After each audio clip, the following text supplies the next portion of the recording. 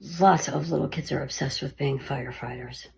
But what do you do with a 3-year-old who knows all the details about being a firefighter and has no clue, never met a firefighter, doesn't have a firefighter in the family, hasn't seen it on TV because he's only 3, really doesn't know details? Well, this little guy did.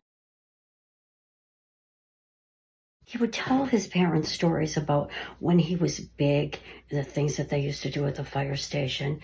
And he even described a fire truck that had a boat on the top of it. And he said it was there was a box in it. Well, one day his mom was reading a book. It was a Curious George book. And it had the New York skyline on it. And he pointed to it, to the Twin Towers, and he said, Mommy, bad men knocked that building down. And people were jumping before I could get them out.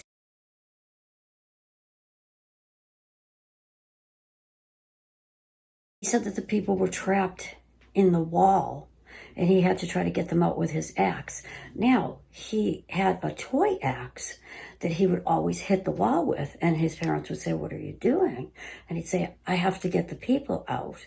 One day he asked for a real axe, which you wouldn't think is a big deal, it's a little kid.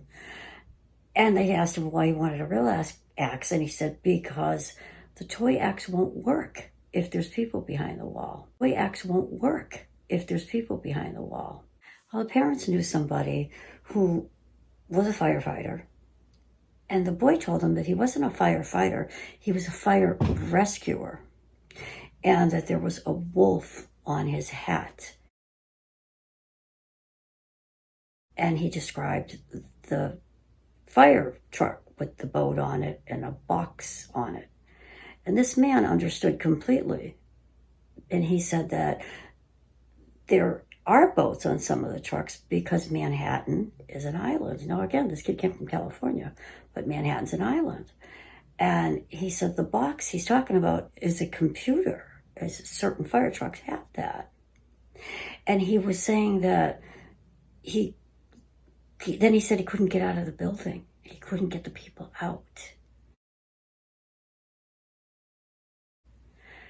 It turns out that the parents actually found out who the person was. They found out his name.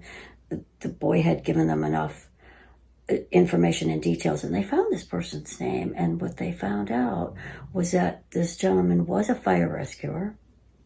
Everything that this little kid described made complete sense. And he went into the building. They were told to evacuate. All the firefighters and everybody were told, and everybody did. And this man went back in to try to rescue some people that were behind a wall. And he never made it out alive. So if that, to me, isn't proof of reincarnation, then I don't know what is.